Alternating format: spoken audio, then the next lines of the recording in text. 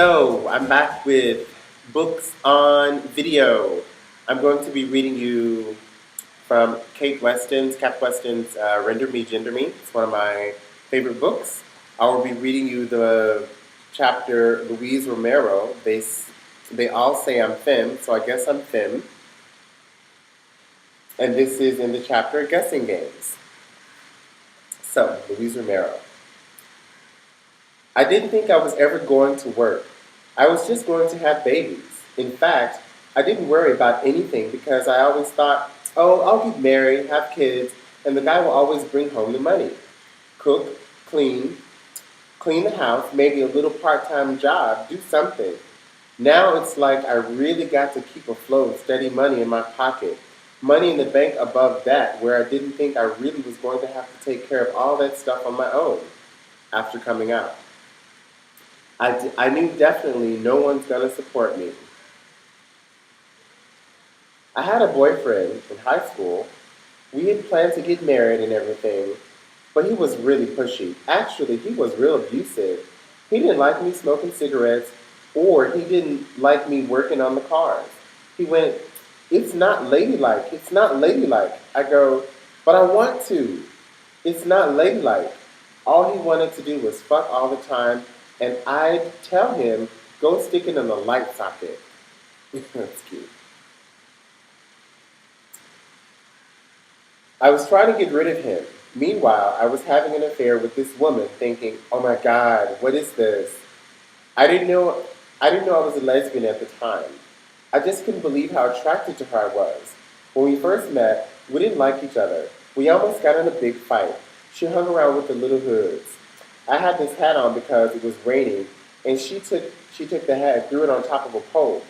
I called her a bitch and I said, "Get my hat down. Who do you think you are?" I was real new. I just started high school, just got out of Catholic school, didn't know anybody because I didn't go to public school. So this woman did this, and I was real stubborn. I wasn't about I wasn't about to back down. Finally, she shook the pole. The hat came down.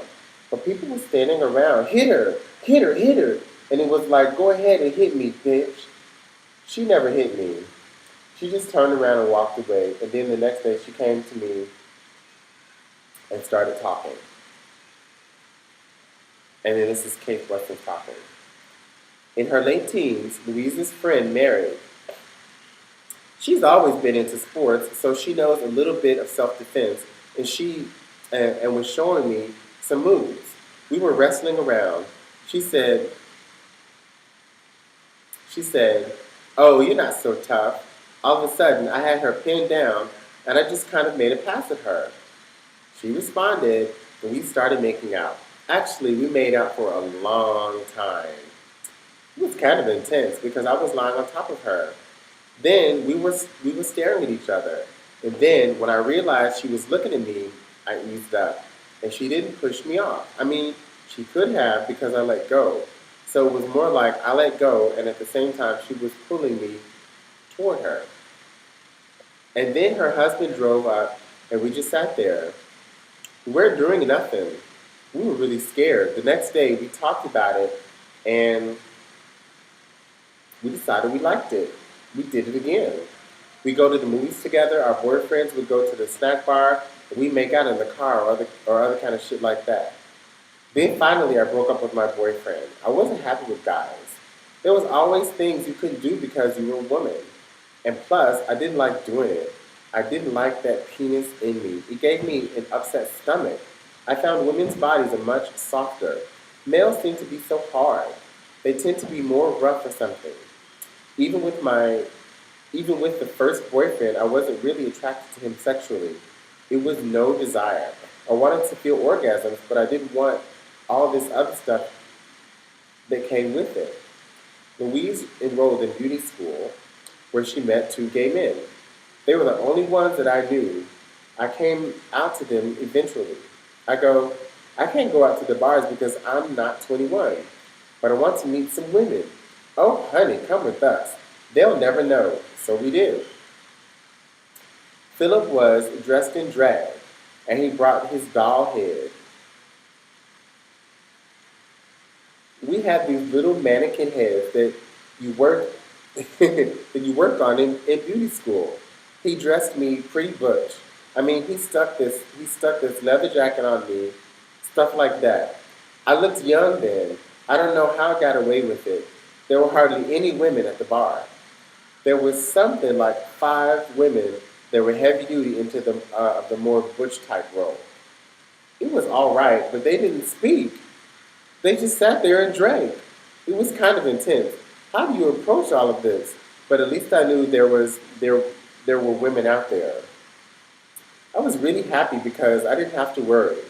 When I'd go to the women's bars when I first came out, I'd wear this low cut sleazy stuff style. This sleazy stuff in style, disco. See, I always worried about being around males and my tits and stuff.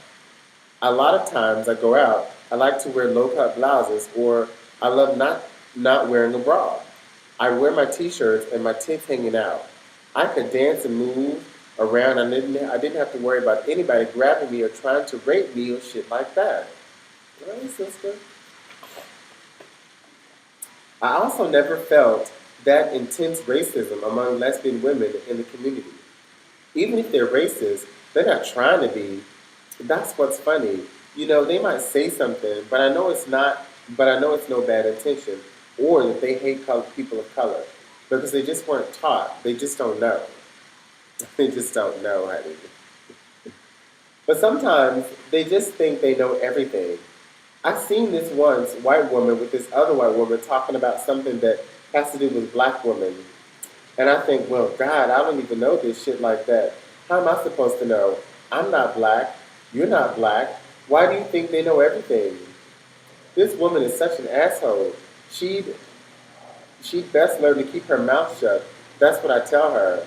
Those kind, I just won't bother with unless I want to. If it feels safe, I'm willing. If it doesn't feel safe to me, I won't do it. Most of my friends, they say I'm all femme, so I go as femme. Look, see, I've always been that way, been the same way. I've changed my dress. I do like real pretty dresses, evening gowns, low-cut things, I do. But I hate high heels, so I could never wear those. I think male clothing is made better. Male clothes are more practical to wear, more convenient, more comfortable. If you think wearing t-shirts and Levi's are butch, I like dressing up and putting on makeup too when I go out. So I don't know if you consider that femme. In bed, I've never had any butch femme roles. I've heard about few stories of women doing that, but I don't like doing that. Sometimes I'm a little aggressive, sometimes I'm not. Sometimes I like the opposite, sometimes I don't. I did date a woman that dressed rough and always marched around with the muscles. As a matter of fact, she was a boxer. She had muscles like this. Ooh. Of course, rode her motorcycle, always in the gay pride parade on her motorcycle. When she was at home, she swishes in the kitchen. She'd always cook and she'd swish. I said, "You're so butch, you swish." The butcher they are, the more they have this little act. It's like they're such a little wimpy than little things. That's what I found. They're afraid of flies or something. The same thing with my other friend. She loves to pretend she's butch. My best friend, she'll dress up and wear the tie and the whole bit, and I love it. She likes her lovers to wear dresses. And she's this little thing. Can't even lift a hammer.